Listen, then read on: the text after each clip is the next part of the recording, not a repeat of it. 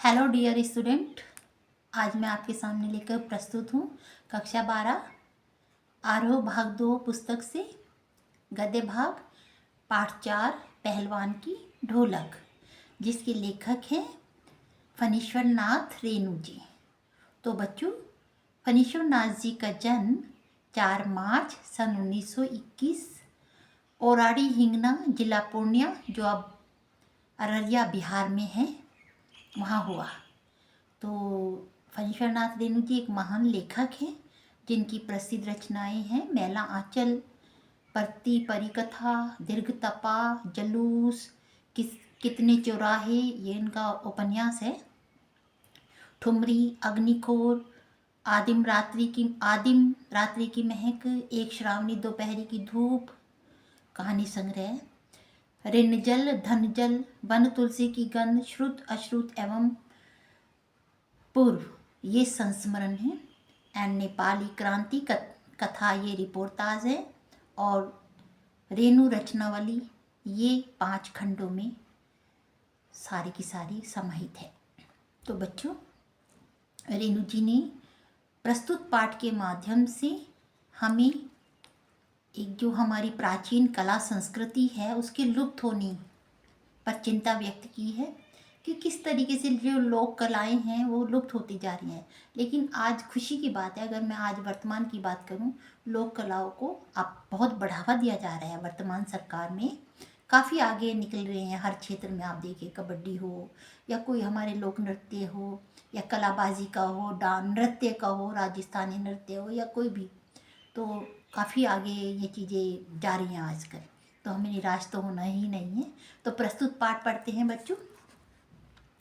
सर्दी के मौसम में अमावस्या की ठंडी, अमावस्या जब चांद नहीं निकलता, काली रात होती है, तो अमावस्या की ठंडी और अंधेरी रात के सन्नाटे में मलेरिया और हैजे से पीड़ित लोग, क्योंकि गांव में हैजा और मलेरिया फैला हुआ है, टाइफाइड है ना, और कॉलरा है ना, तो पीड़ित लोग, गांव वालों की हृदय विदारक सिसकियाँ, हृदय विदारक ऐसी सिसकियाँ, ऐसी आहे, ऐसी पीड़ा की आवाज़ कराने की जो हृदय को ही फाड़ के रख दे, यानी दुखदाई, बिल्कुल करुणा से भरा हुआ, बिल्कुल दुखी।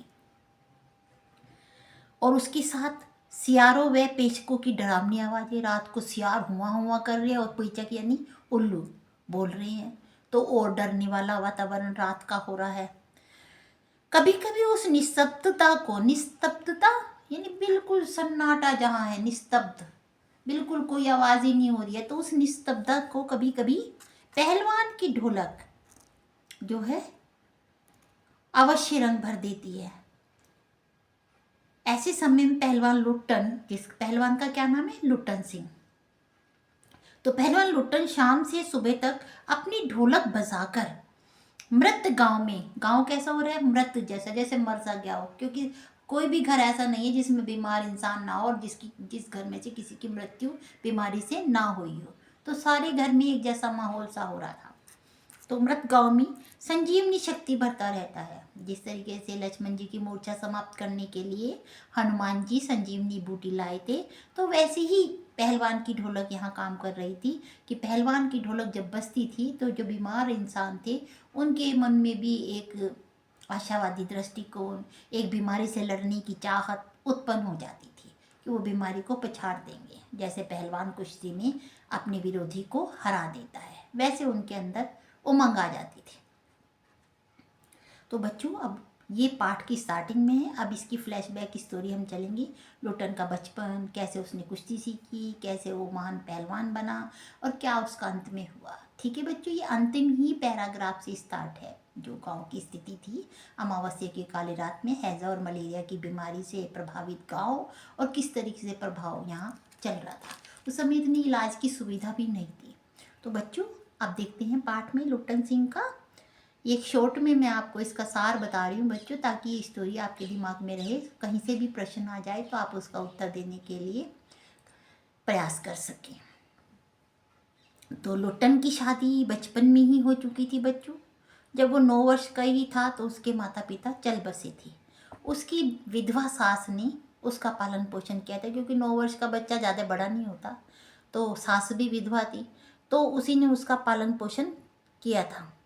बचपन में ही वो कसरत किया करता था और बड़े होने पर वह कसरत करने के कारण बड़ा होने पर पहलवान जैसा लगने लगा और उसने पहलवानी सीखी। क्यों? क्योंकि लोग उसकी सास को तंग करते थे, जो उसे अच्छा नहीं लगता था, इसलिए उसने पहलवानी भी सीख ली ताकि लोग उससे डरे। एक बार की बात है बच्चों, वह श्यामनगर गांव है, श्यामनगर, वहाँ के राजा हैं श्याम सिंह।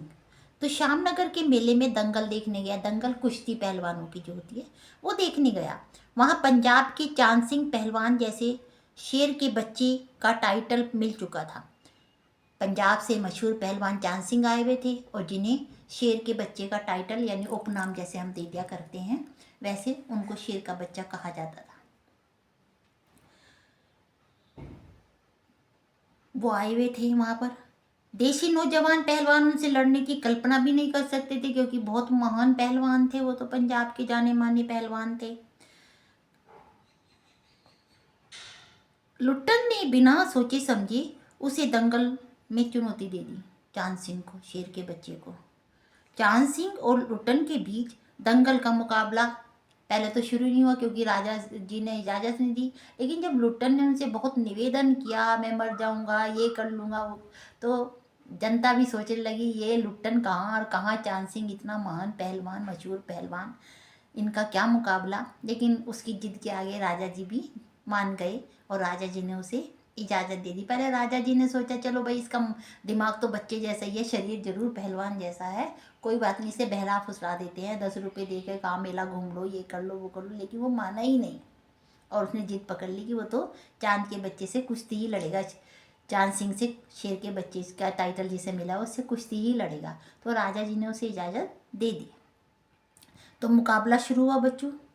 चांद सिंह लुट्टन के बीच दंगल का मुकाबला शुरू हुआ कि श्यामनगर के वृद्ध राजा ने लुट्टन को कुश्ती